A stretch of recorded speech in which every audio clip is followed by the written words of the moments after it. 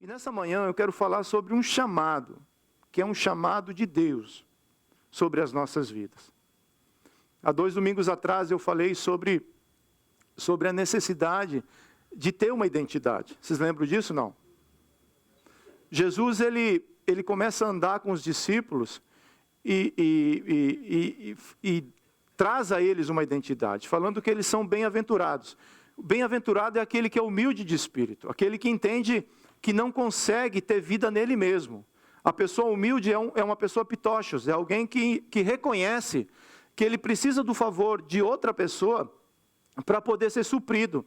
Então, o humilde de espírito, ele reconhece que ele não consegue ser feliz, a felicidade não está nele, a felicidade está em reconhecer que o Senhor pode fazer todas as coisas. Então, o bem-aventurado é aquele que reconhece o senhorio de Cristo.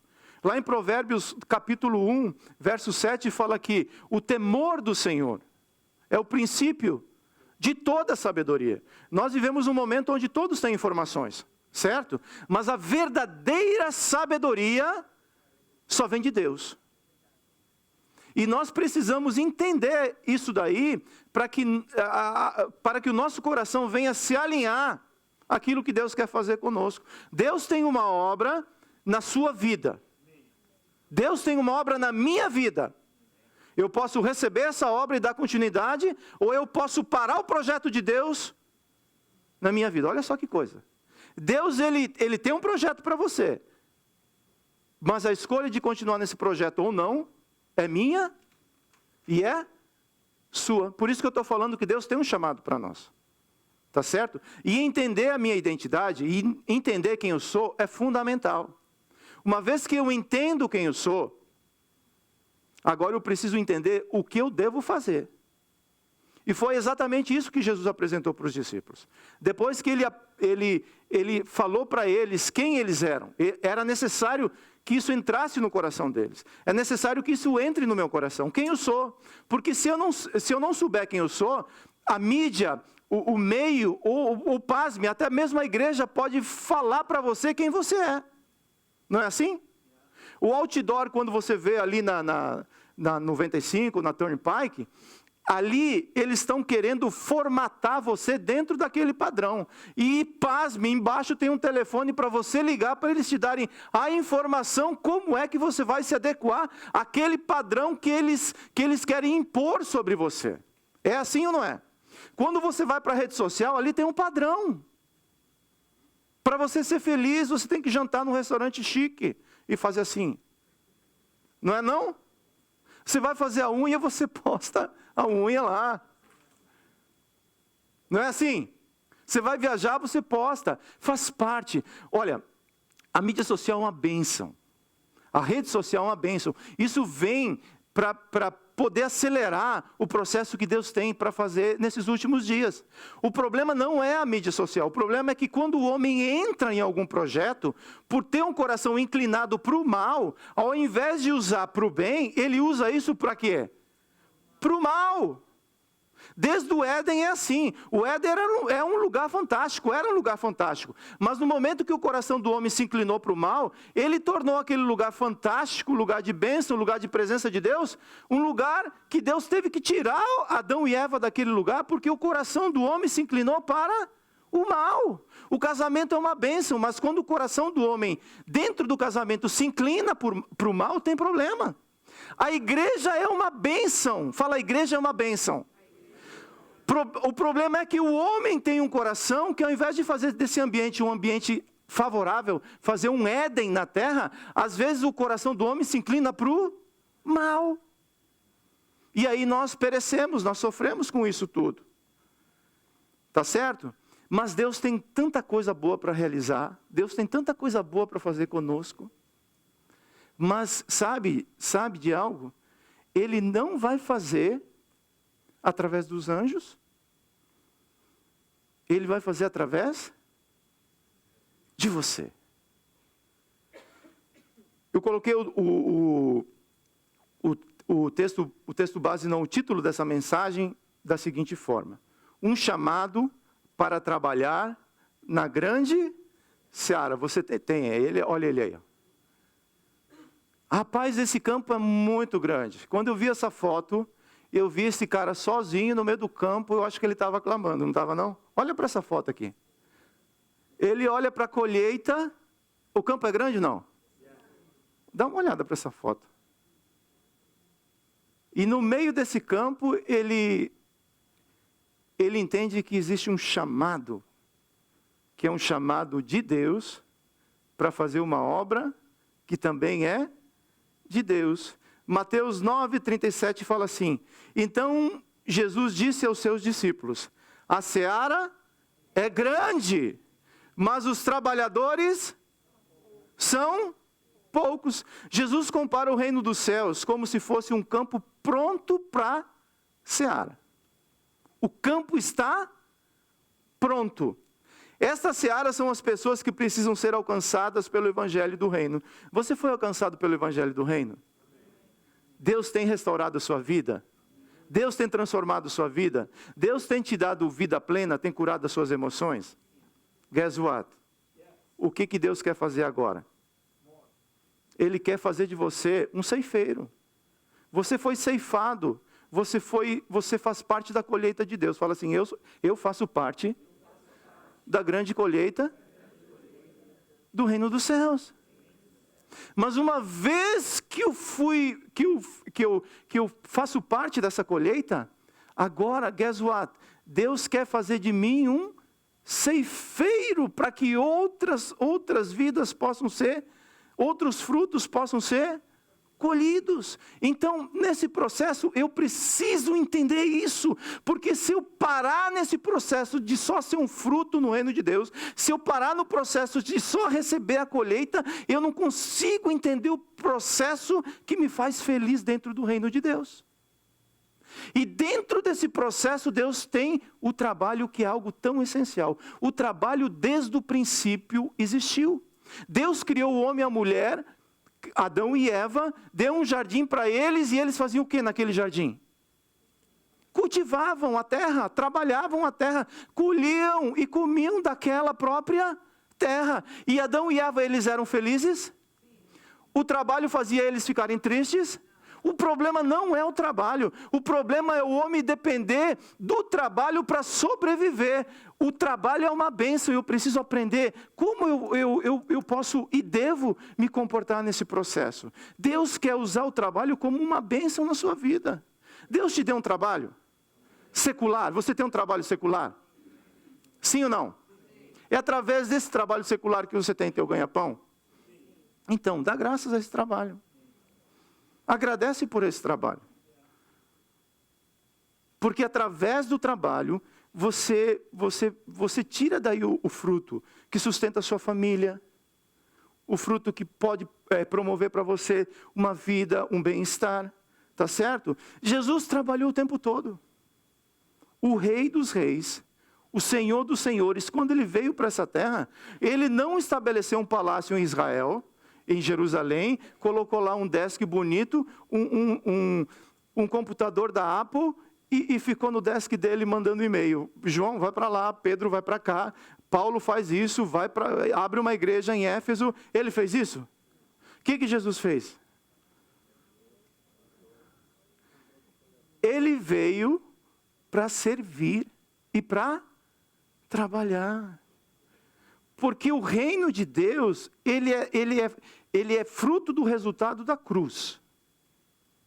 O reino somente pode acontecer quando eu entendo o significado verdadeiro da cruz. Não há reino sem eu passar pela cruz de Cristo. A vida está na cruz. É através desse momento que eu sou salvo pela graça. Eu faço parte agora do reino de Deus. Mas no reino de Deus tem muito trabalho para fazer, tem muita coisa para executar, e Jesus ele veio fazendo isso o tempo todo. A princípio os discípulos viam ele fazendo, e depois ele falou assim, ok, let's do something, vou começar a enviar vocês, não é assim? Porque quando você observa os outros fazerem, fica fácil, não é? Quando o outro erra, eu critico, oi, errou. Mas quando eu começo a fazer, eu vejo quão difícil é fazer a obra, porque nós somos falhos, eu sou falho, nem sempre eu vou acertar. Então é mais prático eu olhar os outros fazerem ou eu fazer? Qual que é a coisa mais prática e mais fácil? É eu olhar para o louvor e falar assim, what's going on? É olhar para o coitado do pregador todo final de semana e falar assim, tell me something different. Mas quando eu passo uma semana gerando algo, eu falo assim, Deus tem misericórdia da minha vida. Deus tem misericórdia, porque existe uma expectativa no coração das pessoas.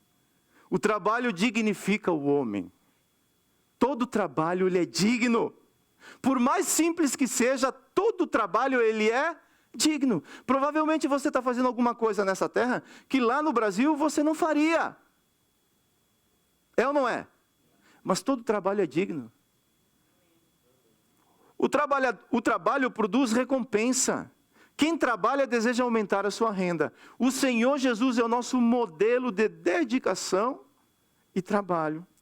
É comum negócios serem passados de pai para filhos?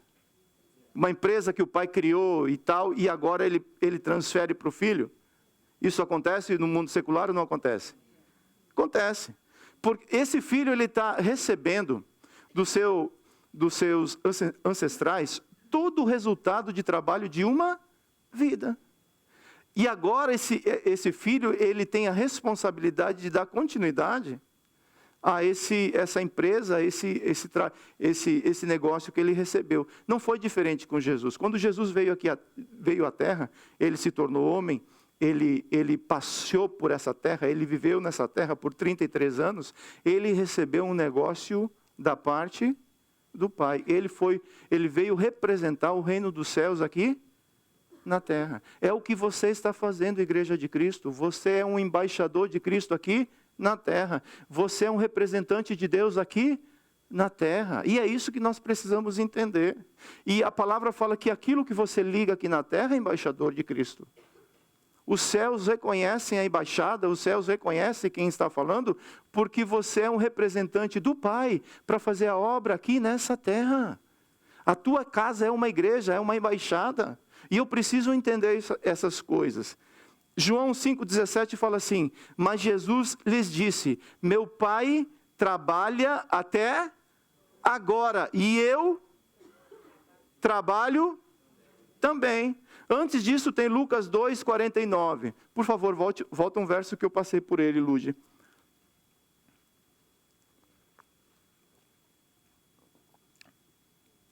2,49. E ele lhes disse, por que é que me procuráveis? Não sabeis que me convém tratar dos negócios do meu Pai? Jesus tinha 12 anos de idade quando ele fala isso. Os pais foram celebrar a Páscoa, tá certo? Foram celebrar, fazer essa celebração em Jerusalém e voltaram. Só que Jesus ficou onde? Ficou no templo.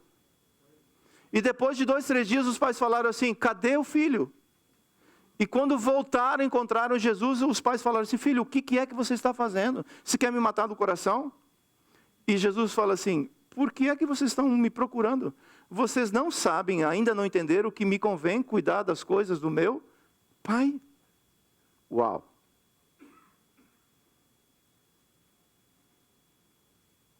João 9,3. Jesus respondeu, nem ele pecou, nem os pais dele, mas isso aconteceu para que nele se manifestem as obras de Deus. É necessário que façamos as obras daquele que me enviou, enquanto é dia. A noite vem, quando ninguém pode trabalhar. Jesus passa por um cego, e os discípulos ficam admirados por verem aquela situação, e falam assim, Jesus, quem pecou? Ele ou os pais dele? O homem sempre coloca uma fórmula, né? O homem sempre coloca um paradigma para poder entender o reino de Deus. E Jesus fala assim, nem ele e nem os seus pais. Essas coisas acontecem para manifestar a glória de Deus. tem coisas que acontecem na minha e na sua vida que você não entende, você quer colocar dentro de um quadrado, e Deus fala assim, não é nem por isso, nem por aquilo, é porque eu quero manifestar a minha glória através dessa situação. E é incrível que onde tem glória tem trabalho. Fala, onde tem glória, tem trabalho.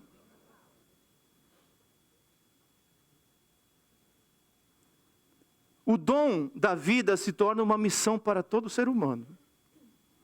Trabalhar é uma realidade para todos os que querem viver dignamente, não é assim?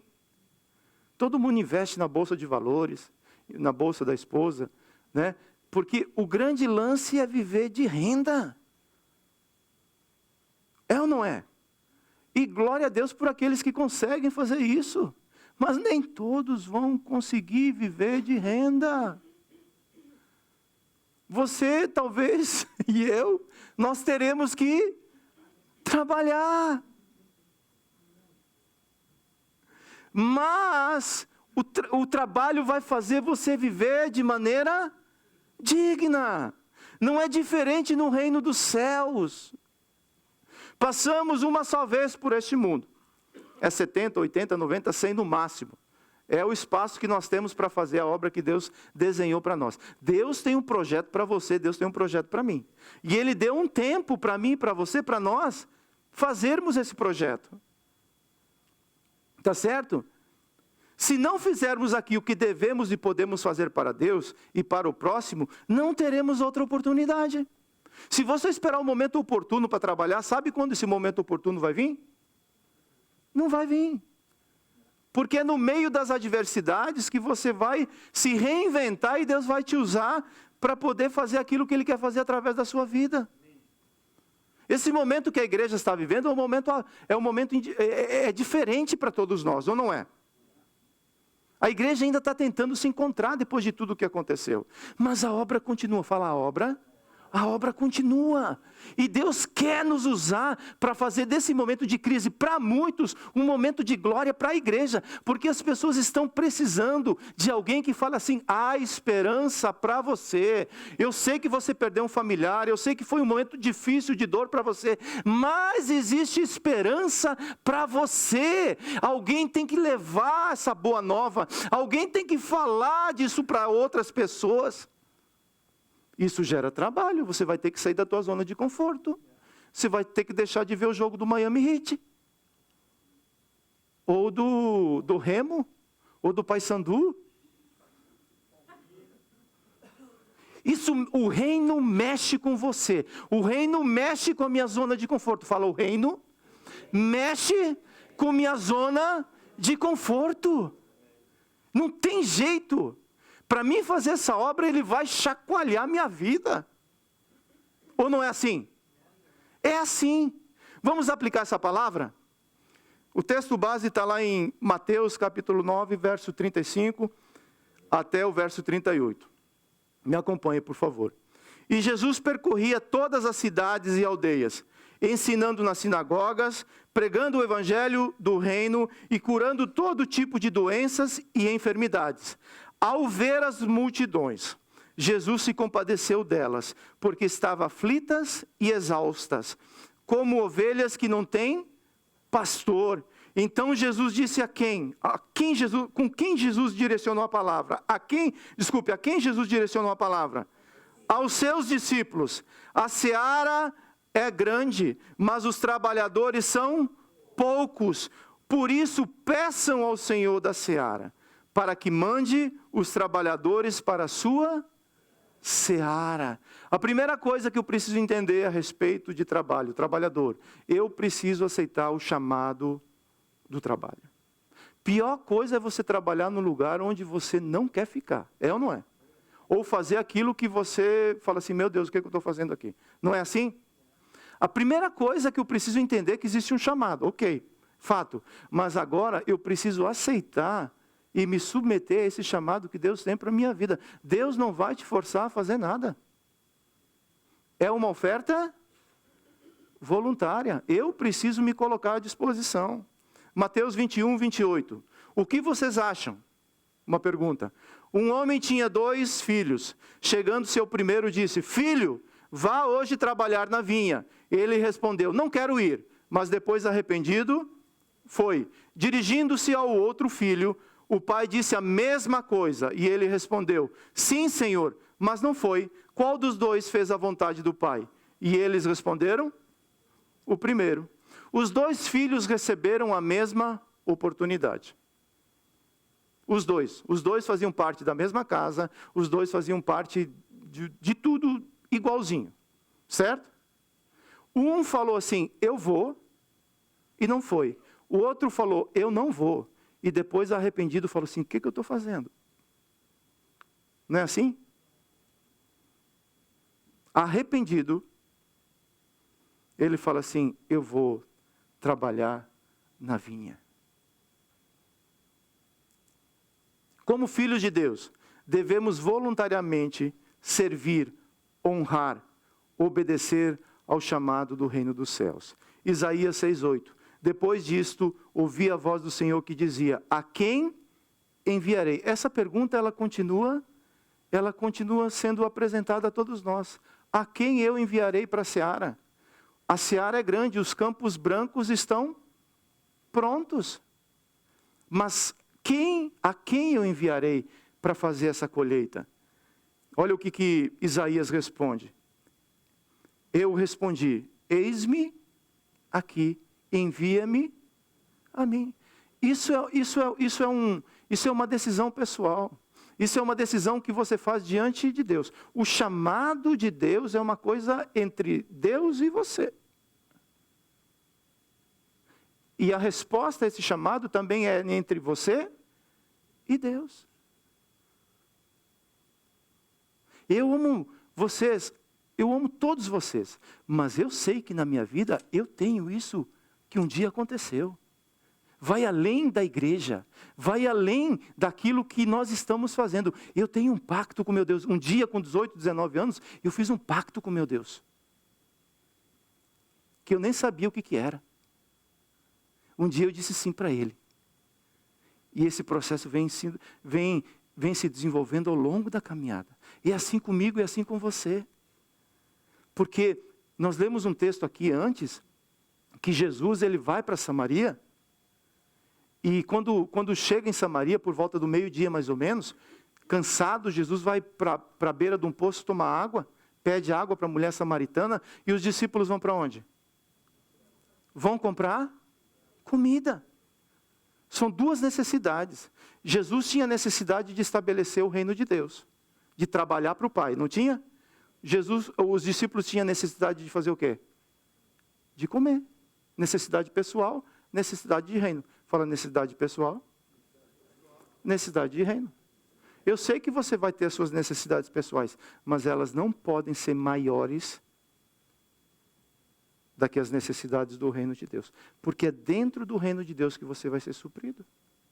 E quando eles voltam, eles querem fazer, eles forçam Jesus parar de fazer aquilo que ele estava fazendo, pregando para a mulher samaritana. Para de fazer isso, Jesus, e vem comer. E Jesus fala assim: a minha comida é fazer a vontade, é fazer o trabalho do meu Pai que me enviou para isso. Eu me alimento desse trabalho, eu sou suprido por esse trabalho, eu sou fortalecido por esse trabalho. Vão comendo, depois eu vou suprir essa minha necessidade. Quando Jesus ensina a respeito de princípio, quando Jesus ensina a buscar o reino de Deus em primeiro lugar, a prática vem em seguida. E eu preciso entender essas coisas. Isaías entendeu e se ofereceu para trabalhar como ceifeiro na sua geração. Os apóstolos, depois de Jesus, se tornaram ceifeiros de almas na igreja primitiva. Como consequência, a igreja contemporânea também deve dar continuidade na colheita dos últimos dias. Mateus 28, 18 fala assim: Jesus, aproximando-se, falou-lhes, dizendo: toda autoridade me foi dada nos céus e na terra. Portanto, eu estou esperando um chamado de Deus. Já 2000 anos atrás ele já te enviou. Não, mas eu quero que Deus fale comigo. Deus está falando contigo hoje aqui, filho. Está falando, vai. Mas eu quero algo mais concreto. Eu te empurro. Vai, faça. Mas eu sou limitado. Querido, se limitação fosse empecilho para fazer a obra, Jesus teria que voltar de novo para a terra para fazer essa obra. É gente limitada, é gente com dificuldade, é gente com problema que Jesus vai usar. Você está entendendo ou quer que eu desenhe? É no meio da tua dificuldade que fala assim, eu sou contigo, eu vou te usar. Abre tua boca e você vai ver a obra que eu vou fazer através de você. Vai, ide, mas vai e faça essa obra. Porque é no processo, o cego ele foi curado, no processo que Jesus enviou para ele ir. Vai para o templo, ele foi para o templo. Ele podia falar assim, ei Jesus, eu sou cego, você está vendo que eu sou cego? Eu não consigo encontrar o templo. Eu estou falando para você, começa o processo, e se encaminha em direção ao templo, e no caminho, na jornada, você vai voltar a ver. Você está entendendo ou não está entendendo? É isso que nós precisamos entender, é que eu quero fazer as coisas do meu jeito. Eu quero ver primeiro, eu quero que Jesus faça as coisas do meu jeito, para depois eu ir para o templo. Não funciona assim. Vai fazendo, Jesus te mandou para andar em direção ao templo, vai caminhando em direção ao templo. Estou cego, mas vai andando cego mesmo. Vai assim mesmo, filho. E quando no processo você vai falar assim, cara, comecei a ver alguma coisa. Comecei a ver um pouco mais, comecei a ver um pouco mais, comecei a ver um pouco mais. Mas isso é resultado de que eu entendo e recebo o chamado de Deus. Eu entendo e recebo a direção de Deus. Vai fazendo do jeito que você está. Vai caminhando. Na tua realidade hoje, não deixe de fazer a obra que Deus te chamou para fazer. Os dias são difíceis. Nós vivemos dias difíceis ou não vivemos? Se nós esperarmos o momento ideal, talvez a gente não vai fazer nada. Mas é no meio da adversidade que Deus transforma cenários. E é isso que a igreja precisa entender. Você não foi chamado para fazer uma obra natural. Você foi chamado para fazer uma obra sobrenatural. Vai além do teu entendimento. É sobrenatural aquilo que Deus nos chamou para fazer. É sobrenatural aquilo que Deus quer fazer na sua vida. É sobrenatural aquilo que Deus quer fazer na igreja. E é isso que nós precisamos entender. Segundo lugar, eu preciso me revestir de compaixão pelo necessitado e o aflito. Mateus 9:35. Jesus percorria todas as cidades e aldeias, ensinando nas sinagogas, pregando o evangelho do reino e curando todo tipo de doenças e enfermidades. Ao ver as multidões, Jesus se compadeceu delas, porque estavam aflitas e exaustas, como ovelhas que não têm pastor. Você está aflito, você está exausto, filho? Você está preocupado com, sei lá, o que for? Entrega teu caminho ao Senhor. Confia nele. A obra que Ele começou, Ele vai terminar. Só que no momento que eu passo pela aflição, eu vivo aquilo ali intensamente. E parece que o projeto de Deus, ele findou na minha vida, Ele parou aí. Não é assim? Eu, pelo menos, quando passo pelas dificuldades, parece que Deus parou de agir na minha vida naquele momento. Não é assim? E depois que eu recebo o chamado de Deus, eu preciso deixar de ser mecânico. Fala, eu preciso deixar de ser mecânico. Essa palavra compaixão, no original, eu vou tentar falar ela. Splagnizomai. Significa ser movido pelas entranhas. Ser movido pela compaixão, ter compaixão, pois se achava que as entranhas, essa parte do corpo aqui, do ser humano, era a sede do amor e da piedade. O tempo todo Jesus se compadecia da situação e, como consequência, um milagre ou uma ação acontecia. A compaixão no reino dos céus deve preceder qualquer ação. Eu vou, mas tem que fazer assim. Não, melhor que não faça. Não faça porque você vai perder seu tempo. Ah, esse ministério, meu Deus do céu. Todo domingo, né, essa cruz. Tem alguma coisa errada. A minha Bíblia fala que o jugo de Cristo ele é leve, ele é. Você está carregando um peso que Jesus não pediu para carregar. Já sentiu assim? Quero te consolar, já me senti assim várias vezes. E Jesus fala assim, ô burrinho, tem muito peso que... tem muito peso, burrinho, que você está carregando que não é seu. A compaixão antecede qualquer ação. Eu vou me reunir com o irmão para poder animar ele. Tem que ir com compaixão. Lembra do juiz? O juiz, aquele que eu apresentei 2 domingos atrás? Aquele que ao invés de ter compaixão, ele julga. Aqui entra estilo pessoal. Posso falar, não? Tem uma pessoa que quer ouvir. É porque vocês gostam de uma mensagem que não te confronta, que não mexe com você. Né? É uma mensagem que fala assim, você é vitorioso, nessa terra aqui, você vai comer o mel dessa terra, não é assim?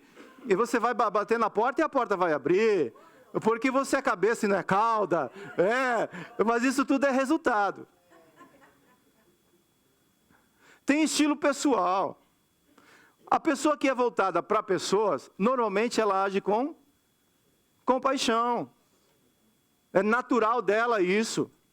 A pessoa que é voltada para tarefas, ela tem uma tarefa para realizar. E você é um alvo dela. É assim ou não é? Eu estou falando porque eu me sento nessa cadeira. E tenho aprendido a colocar isso em equilíbrio. Porque eu preciso me mover por compaixão para que haja a ação do Espírito Santo depois dessa situação. Sem isso eu me torno mecânico, eu oro e não acontece. Por que eu oro e não acontece? Porque você virou um mecânico. É necessário orar com compaixão.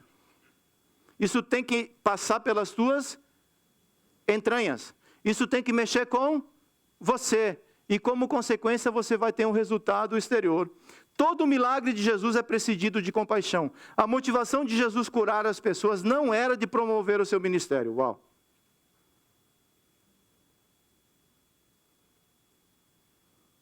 Mas sim suprir o necessitado. Ele primeiro era movido pelo seu interior, pelo seu coração, para depois manifestar uma ação de compaixão. Mais tarde, Pedro cita essa atitude de Jesus. Olha o que fala em Atos 10:38. Como Deus ungiu a Jesus de Nazaré, com o Espírito Santo e poder. Jesus andou por toda parte, fazendo o bem e curando todos os oprimidos do diabo, porque Deus estava com ele. Olha o verso 39. E nós somos o quê? Testemunhas de tudo o que ele fez na terra dos judeus e em Jerusalém. Depois eles o mataram, pendurando-o no madeiro.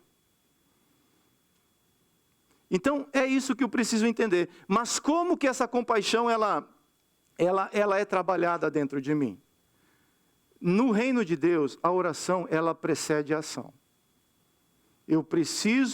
A oração, ela vem antes do trabalho. Mateus 9:38. Por isso, peçam ao Senhor da seara que mande trabalhadores para a sua seara. A questão é que muitas vezes a gente começa a entender alguns mecanismos dentro da igreja ou dentro do ministério, e a gente vai fazendo aquele mecanismo de maneira prática, natural, e vai deixando de entender aquilo que Jesus fala assim, se em mim vocês não podem fazer, e essa mensagem ela se renova todas as manhãs. Você acordou pela manhã, esse é o primeiro verso que tem que vir sobre a sua vida. Sem mim vocês não podem, mas glória a Deus porque não tem só esse verso. Mas em mim vocês podem todas as coisas. Então, é dobrar o joelhinho e falar, Pai, o que eu posso em Ti nesse dia? Ele vai falar com você. O que eu não posso nesse dia? Ele vai falar com você. Ele vai te direcionar. Ele vai mostrar para você a obra que Ele tem para realizar através de você. Todos os dias Deus tem uma obra para realizar através de você. Fala isso para você entender. Todos os dias Deus tem uma obra para fazer através de mim. Jesus é o Senhor da colheita, tanto o Senhor da colheita como da ceifa. Ele é o Senhor de todas as coisas, e é o teu Senhor também, que te chamou para fazer essa colheita. Porém, é necessário entender que essa grande obra não se faz sem oração. É necessário entender isso, gente, é necessário. Isso tem que entrar no meu coração. Toda grande obra é fruto de oração. A oração deve ser mantida em prioridade na vida de todo discípulo. Quando o discípulo para de orar, é um efeito dominó que automaticamente ele esfria espiritualmente. Vou repetir. Você para a oração, você quebra teu altar com Deus, automaticamente você esfria. Porque a oração, o teu altar com Deus, é o teu alimento que te sustenta todos os dias. É o que Jesus estava falando. Eu tenho uma comida que vem do meu Pai que vocês ainda não conseguiram entender. Qual que era a comida que Jesus tinha, que ele recebia do Pai? A comunhão que ele tinha. Você tem um Deus que quer se relacionar com você. E a oração é uma grande desculpa para Deus falar com você. Para você falar para Deus aquilo que te incomoda e Ele falar para você aquilo que te levanta. Tá certo? Então, eu não posso, até posso fazer essa obra sem essa dependência, sem perguntar primeiro. Porque o homem, naturalmente, ele é independente. Faz e depois pergunta. Eu preciso me treinar o tempo todo. Por isso que eu estabeleci alguns conceitos na minha vida. Decisões eu me cubro de conselho, porque na multidão de conselhos há o quê?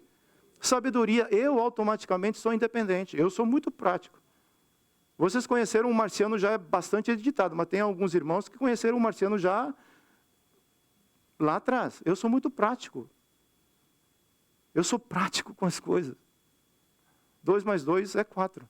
E eu vou, tá. É difícil você me pegar assim, sem saber o que eu vou fazer.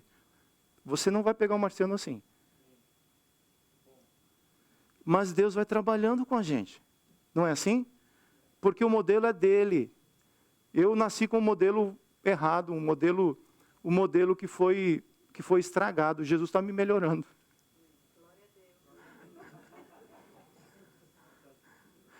Eu louvo a Deus porque você já nasceu com um modelo assim, já. Todos nós estamos nesse processo de transformação. Muda a mente, muda o coração, transformação. Legal. Muda a mente, muda o coração, transformação. Né? Não é assim que funciona? Mas tem que passar por isso. 2 Timóteo 2,15. Façam todo o possível para conseguir a completa aprovação de quem? De Deus. Como um trabalhador que não se envergonha do seu trabalho, mas ensina corretamente a verdade do Evangelho. Na outra tradução fala assim, procura apresentar-te diante de... Na realidade eu parafraseei aqui, mas o correto fala assim, procura apresentar-te a Deus aprovado, antes de qualquer coisa. Você vai começar o teu dia? Vai começar a tua jornada? Procura apresentar-te ao teu Deus como um obreiro aprovado. Porque é a Ele que você tem que agradar. Porque se você tiver um like de Jesus, os outros likes vêm como consequência. Se preocupe muito de ter um like de Jesus, gente amada, gente boa. É esse like que eu preciso ter. É aí onde tudo começa. É aí onde começa a minha jornada. Procura apresentar-te diante daquele que te conhece. E deixa Ele sondar o teu coração, deixa Ele falar com você, deixa Ele mostrar o que Ele tem para você. Como um obreiro, como um trabalhador que não tem do que se envergonhar, que maneja bem a palavra da verdade. Nós temos um inimigo que quer envergonhar, que quer roubar e quer matar o tempo todo. Você está fazendo uma obra, ele quer te destituir dessa obra, ele quer te desqualificar dessa obra. Se está no casamento, ele quer roubar, ele quer destituir, ele quer te envergonhar. Ele não quer que você continue o projeto. Ele não quer que você continue o projeto que você está fazendo. Você entendeu ou não? Mas nem comecei um projeto, então talvez tenha que começar hoje. Porque tem um projeto. A seara é grande. E os ceifeiros nós podemos mudar essa história. Nós devemos mudar essa história. Quarto lugar, uma vez que eu aceito o chamado, que eu me movo pela compaixão, que eu dependo de Deus, é preciso agora manter direção, é preciso manter a concentração. João 4:34 fala assim: Jesus lhes declarou: a minha comida consiste em fazer a vontade daquele que me enviou e realizar a sua obra. Quem trabalha distraído rapidamente perde o foco do que está fazendo. A pessoa que está distraída, ela está fazendo algo, mas a cabeça dela não está, o coração dela não está aí. Rapidamente ela faz o quê? Perdeu o foco. Perdeu o foco. É normal alguém que não presta atenção esquecer a sua tarefa. Quem não tem foco é facilmente atraído pelas oportunidades ou necessidades. Jesus chega em Samaria por volta de meio-dia, já falei isso. Os discípulos vão comprar comida. Quando eles chegam, pedem para Jesus parar o que estava fazendo para comer. Jesus respondeu que ele se alimenta fazendo e obedecendo à vontade do Pai dele. Neemias 6:3. Por isso enviei-lhes mensageiros para dizer: estou fazendo uma grande obra e não posso descer até aí. Por que devo parar a obra para ir me encontrar com vocês? 4 vezes eles fizeram o mesmo pedido, mas eu lhes dei sempre a mesma resposta. Um projeto sem ter alguém focado na execução não chega até o fim.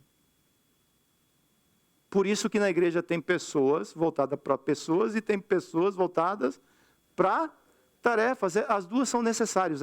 O que é bom é que a gente leve isso não pode ser muito dentro do meu quadrado. Sabe como é, não? Eu preciso levar isso a um equilíbrio. Porque se fizer uma obra espiritual e ninguém fizer nada, vai chegar aqui não tem água, vai chegar aqui aquela parede vai continuar daquele jeito, as cadeiras estão bagunçadas, o chão está sujo. Se ninguém se interessar em montar uma palavra durante a semana, fala, vamos ver que o Espírito quer falar com a gente aqui hoje. Né? O louvor vai levando aí, meu irmão. Tem uma obra ou não tem uma obra para fazer? Os pequenos aqui, que estão aqui do lado aqui. Glória a Deus, cheguei na igreja, alguém está cuidando deles, né? Aleluia. Que Deus tem um anjo, Deus sempre envia um anjo todo domingo. Quem sabe o próximo domingo, você não possa ser o anjo que vai cuidar dessas crianças. Porque é assim, a seara é grande. E os ceifeiros não são muitos. Jesus falou isso aos seus discípulos, não foi para a multidão que Jesus falou isso. Jesus falou isso para os seus discípulos. Quando Deus buscou um líder para reconstruir os muros de Jerusalém, ele encontrou Neemias que estava exilado na Babilônia. Desde a conversa com Hanani até o findar dos muros, o tempo todo Neemias ficou focado no projeto que Deus tinha confiado nas mãos dele. Deus tem confiado um projeto nas tuas mãos? Deus tem confiado um projeto nas tuas mãos? Ele espera que você leve até o fim esse projeto que Deus tem confiado nas tuas mãos. Um dia, Deus confiou um projeto nas mãos do apóstolo Paulo. Lá no final da vida dele, ele falou assim, combati o bom combate, guardei a fé e estou entregando o projeto pronto. Quando os meninos recebem uma tarefa para fazer na escola, pai, você quer que eles entreguem o projeto pela metade? O pai olha para o filho, mas na verdade é o filho que tem que olhar para o pai. Deus espera que o projeto que ele entregou nas minhas mãos e o projeto que ele entregou nas tuas mãos, um dia a gente possa chegar diante dele e falar assim, combati o bom combate. Guardei a fé. Está aqui, Senhor. Dentro da minha limitação eu fiz o meu melhor. E Jesus vai falar assim, servo bom, servo fiel. entra no gozo que está preparado desde a fundação do mundo. Porque não é pelo muito fazer que nós conseguiremos encontrar este lugar. Mas é através do fazer aquilo que Deus te chamou para fazer. Você está entendendo isso, não? Porque muitas vezes a gente acha que a grande obra é fazer coisas grandes. Às vezes a grande obra é fazer uma coisa menor que Deus te chamou para fazer. Faça bem feito. Cuide de uma vida, de 2 vidas. Eu só tenho capacidade para cuidar de uma vida, it's ok. Faça isso com zelo. A mensagem não mudou, queridos. Deus não vai enviar uma série de robôs para a terra para fazer essa grande obra. Deus está buscando discípulos que façam discípulos. E Ele vai estar com você todos os dias nessa jornada. Amém? E estou encerrando. Todo trabalhador será recompensado. Isaías 49, 4. Mas eu disse, tenho trabalhado... Leia, por favor, essa primeira parte. 1, 2, 3.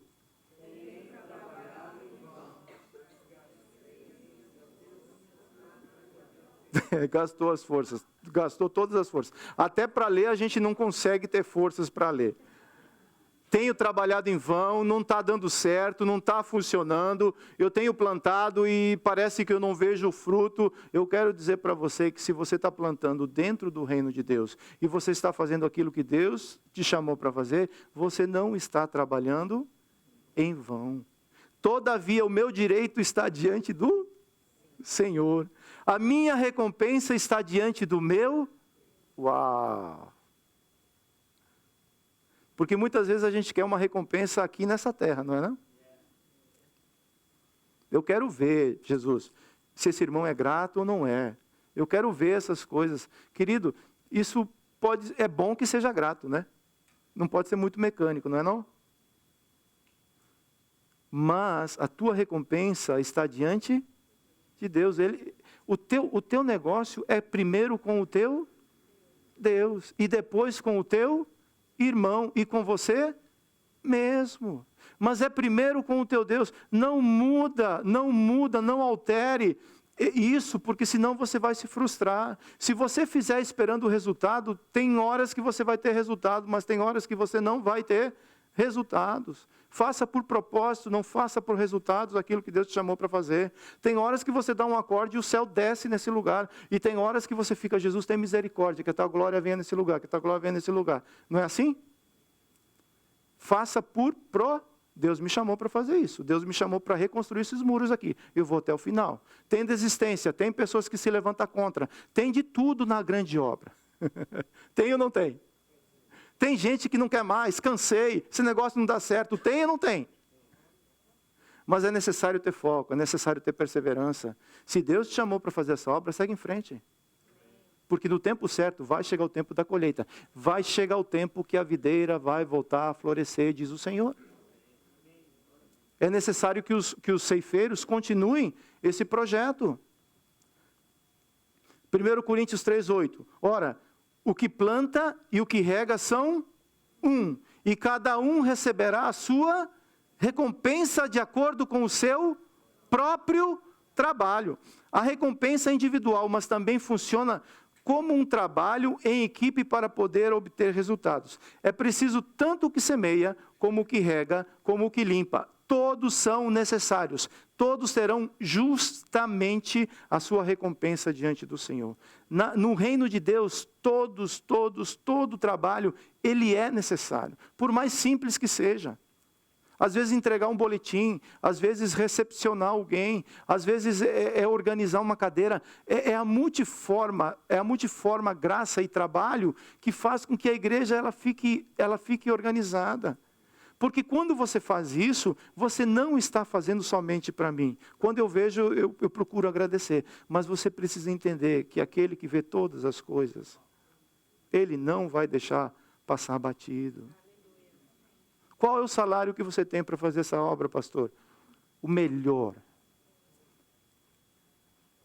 Aqui nessa terra o salário às vezes não é tão bom, mas a aposentadoria, rapaz, é um negócio que ele falou para mim que,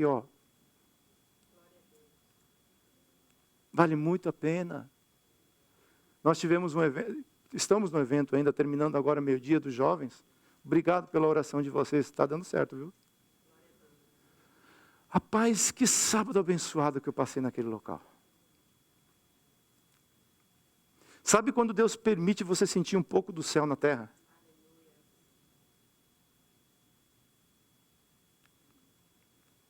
Sabe o que é Ele falar para você? Eu sou o Deus que promete e que cumpre. No começo da semana, eles pediram para mim gravar um vídeo, e eu fui orar. O que eu vou falar para gravar um vídeo para os jovens, né? E Deus me colocou uma profecia para falar para eles. Mateus 24, 14, que fala que nos últimos dias seriam dias difíceis, complicados. A iniquidade ia aumentar e o amor esfriar. Mas tem uma outra profecia lá em Atos 2,17, que nos últimos dias Deus iria derramar do seu Espírito sobre toda a carne. Os jovens iriam profetizar, os filhos e as filhas iriam ter visões, e foi isso que eu falei. E Deus cumpre a palavra dele. Deus é fiel para cumprir a palavra dele. Aquilo que ele cumpriu na sua vida, fica firme. Abraão, Abraão de Deus, Deus prometeu um Isaac para você. Prometeu, mas já passaram 25 anos. Fica tranquilo que o Isaac virá. Porque quem está prometendo é aquele que não volta atrás. Se você não recebeu Isaac, é porque ele ainda está nos processos que te prepara para receber o Isaac. O que você está fazendo não é em vão. Fala, o que eu estou fazendo? Não é em vão. Eu tenho um chamado de Deus na minha vida. 1 Coríntios 15, 58. Portanto, meus amados irmãos, sejam o quê? Firmes, inabaláveis e sempre abundantes na obra do Senhor, sabendo que no Senhor o trabalho de vocês não é em vão. Tem horas que você vai semear, que a lágrima desce. Tem horas que você vai semear, que você não quer ir, mas segue semeando, segue trabalhando, segue firme, segue inabalável. Pandemia, não pandemia, gente desistindo, gente não querendo, você escute a palavra do Senhor, segue em frente, anime as pessoas, segue pregando o Evangelho, segue anunciando a verdade de Cristo, segue pregando o reino de Deus, porque essa verdade, porque essa palavra, ela vai produzir um fruto. Segue firme, segue inabalável, segue abundante na obra do Senhor, segue servindo. Mas às vezes, segue fazendo aquilo que Deus te chamou para fazer. Tem pessoas com dons aqui dentro, que às vezes pela frustração enterraram o dom. Segue, fala, Deus, dá de volta o dom, eu quero seguir fazendo algo, eu quero fazer algo para o meu Senhor. O meu Senhor que me salvou, o meu Senhor que me resgatou. Como não reconhecer a grande obra que Deus fez na minha vida? É assim ou não é? Você tem um testemunho que é seu. Deus salvou familiar, Deus curou esposa, Deus curou filha, Deus curou a sua vida. E para que Deus te dá saúde? Somente para ir para a Disney? Existe uma obra que Deus quer realizar. Vai para a Disney quando você puder, e curta e descanse. Faz parte do projeto de Deus. Mas existe dentro do meu coração um desejo de fazer algo. A seara é grande. E os ceifeiros são muitos. São muitos. Nós podemos reverter isso daí. Nós podemos reverter essa palavra e falar, nessa seara os ceifeiros são muitos. Conclusão, somos frutos da colheita feita no reino dos céus. Você é? Você foi um fruto colhido no reino dos céus? Glória a Deus. Uma vez salvos pela graça de Jesus, agora somos chamados para trabalhar na grande seara, para colher outras vidas para o reino dos céus. Provérbios 11:30. O fruto do justo é árvore de vida. O fruto do justo é árvore de Vida. Esse fruto produz vida na sua vida. Quando você começa a provar desse fruto, quando você começa a se alimentar desse fruto, isso gera fruto na sua vida, vida própria. O que ganha almas é o quê? É sábio. O princípio de toda sabedoria. A sabedoria de Deus não é a mesma daqui a sabedoria dos homens. E você foi chamado para fazer essa grande obra. Amém?